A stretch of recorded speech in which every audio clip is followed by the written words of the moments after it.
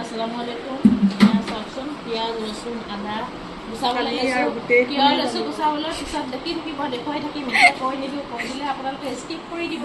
সেইকাৰণে কৈ দিওঁ, আপোনালোকে আগলৈ চাই থাকিব। অকণমান একজনক পাকঘৰৰ ফালে আমাৰ চাওক এফালে দেখাই যাম। জিনুৱন্তে বেয়া পাইছে মনতে জেঠাইজান বুলি ক'লা। চাই দিয়া ঐ।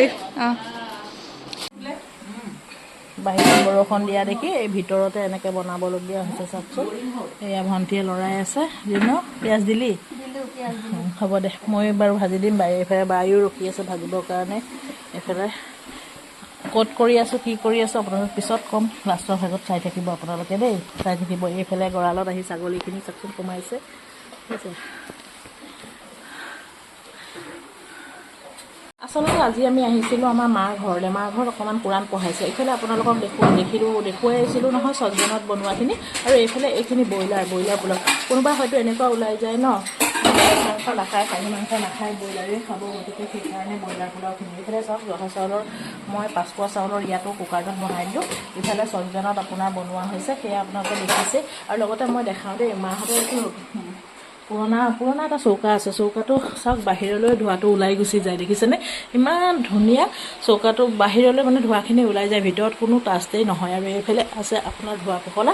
আৰু খিৰিকীখনৰ বাহিৰলৈ আছে মুৰ্গী, ছাগলী, গৰু, বহুতখিনি কিবা কিবি আছে। আপোনালোকক দেখাই থাকিম, চাই থাকিব, চাবলৈ নাপাহৰিব। বেছি সৰু এইখিনি পিঁয়াজ ৰৈ গ'ল, বাচি গ'ল, দেখুৱাই থাকিম আপোনালোকক আগলৈ। এইফালে এইখিনি লালমোহন, এইখিনি লালমোহন, এইখিনি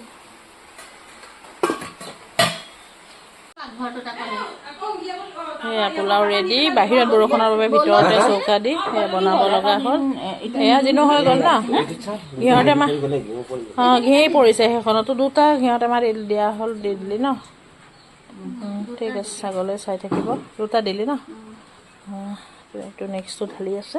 ঠিক আছে, আপোনালোকে চাই থাকিব, চাবলৈ নাপাহৰিব। এয়া পোলাও ৰেডি। জহা চাউলৰ 10 কেজি চাউলৰ পোলাও, 10 কেজি চাউল আৰু তাতে 6 কেজি মাংস।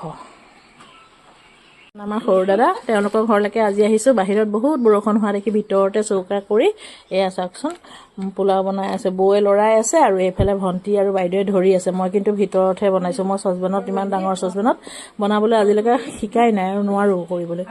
এইফালে একদম ইয়াতে ঢেৰ জংক পংক, দেখিছেনে বাহিৰৰ ঘৰ। আৰু পিছফালে আপোনালোকক দেখাই থাকিম, চাই থাকিব, চাবলৈ নাপাহৰিব দেই।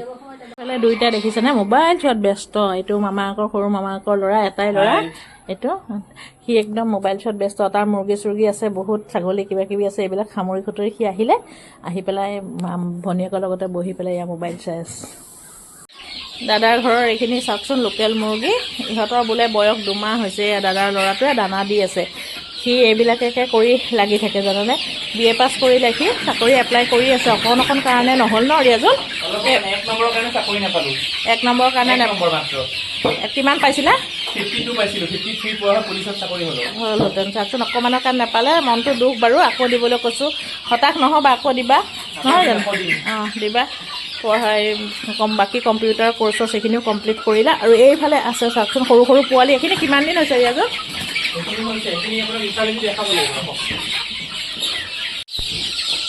এইখিনি কিমান দিন হৈছে ৰিয়াজুল? এইখিনি হৈছে ধৰি লওক 25-26 দিন মান। আৰু এইখিনি ন? আৰু 25-26 দিন হৈছে। আৰু সেইখিনি ধৰি লওক এতিয়া 2 সপ্তাহ হ'ব। আৰু সেইখিনি আপোনাৰ ওচৰৰ পৰা দেখাওঁ। এইখিনি এয়া 2 সপ্তাহমান হ'ব এয়া ন? এয়া 14 দিনমান হ'ব। অঁ, এয়া তেওঁলোকে এনেকৈ সোমোৱাই থাকে, ওলাই গৈ থাকে বাৰু। হাঁহো আছে পিছফালে। সি মানে কি হ'ল, এবাৰ পুলিচত তাৰ চাকৰিটো হেৰি হ'ল যে, নোপোৱাৰ কাৰণে সি কৰিছে কি, সি ব্যৱসায়ে আৰম্ভ কৰিছে। কোৱাচোন তুমি। এইবাৰ মানে মই পুলিচত চাকৰি এপ্লাই কৰিছিলোঁ। 1 নম্বৰৰ কাৰণে পুলিচত চাকৰি নাপালোঁ। 53 মাৰ্কছ লাগে চাকৰি পাবলৈ, মই পালোঁ 52 মাৰ্কছ। সেইটো কাৰণে এতিয়া কি কৰিব আৰু, ঘৰতে মুৰ্গী চুৰ্গী আনি ফাৰ্ম খুলি লৈছোঁ আৰু দানা চানা দি মুৰ্গীকে পুহি আছোঁ। আৰু নিৰাশ নহ'বা, আকৌ দিবা আকৌ দেই। ট্ৰাই কৰিম আৰু হাইট তাৰ দেখিছা না, হাইট চাইট চব ঠিক আছে। চাওকচোন কিমান হাইট তোমাৰ, কৈ দিয়াচোন। মোৰ হাইট 6 ফুট 1 ইঞ্চি। অঁ, কিমানলৈকে ক'ত পঢ়িলা? মই BA পাছ কৰিলোঁ তেজপুৰ কলেজৰ পৰা, আৰু দৰং কলেজৰ পৰা মই হায়াৰ ছেকেণ্ডেৰী পাছ কৰিলোঁ।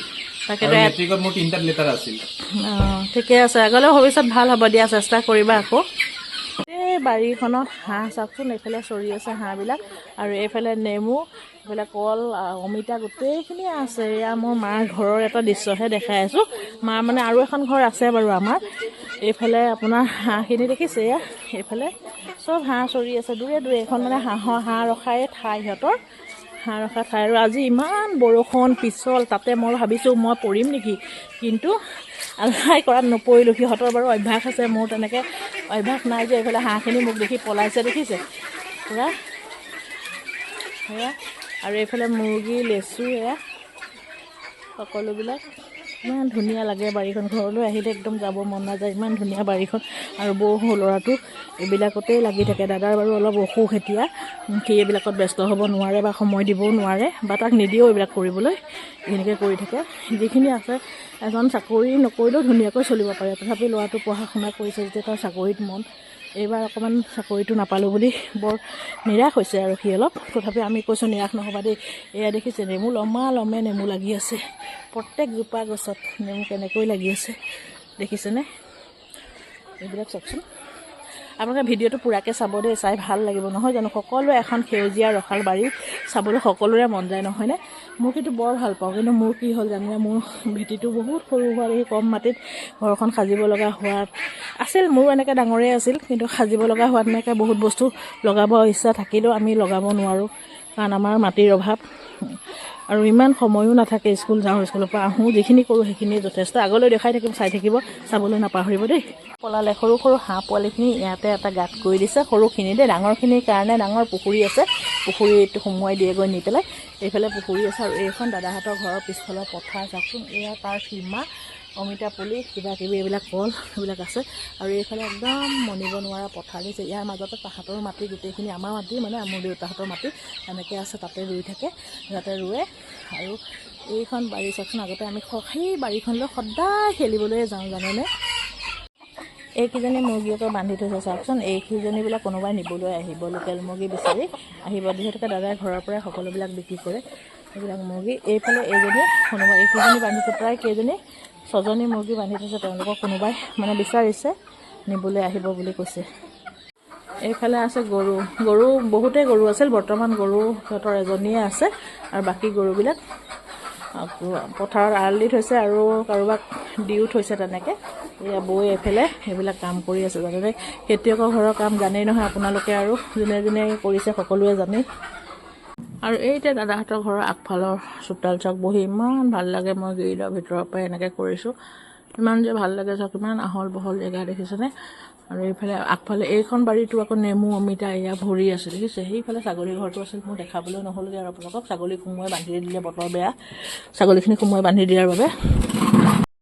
ভণ্টি আৰু মই গোটেইখিনি কাম বন হৈ যোৱাৰ পিছত আমি দুইজনী আগফালে আহি অকণমান বহিবলৈ আহিছোঁ। বাইদেউ আৰু আমাৰ ইহঁতে অকণমান বাগৰিছে, আমি বোলো অকণ শুওঁ, কাৰণ মাগৰিবৰ বাদতে অকণমান কোৰাণ পঢ়াব দাদাৰ ঘৰে, সেইকাৰণেই আহিছিলোঁ। আপোনালোকক কোৱা নাছিলোঁ, কথাটো এতিয়া ক'লোঁ। আৰু আমি পোলাও বনাই দুইখিনি পোলাও বনালোঁ, খাহী মাংসৰ এফালে আপোনাৰ ব্ৰইলাৰ মাংসৰ, আৰু এফালে লোকেল মুৰ্গী, তিনিখিনিয়ে বনাব লগা হৈছিলে আমি, কাৰণ ব্ৰইলাৰ নোখোৱা মানুহ আমাৰ আছে, আৰু খাহী নোখোৱা মানুহ আছে।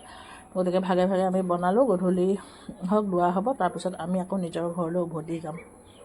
চাই থাকিব আগলৈ।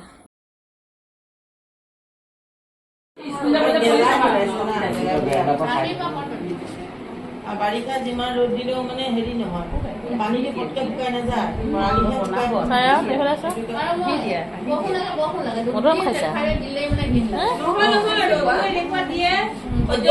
বৰষুণো আপোনাৰ ৰাতি আহে।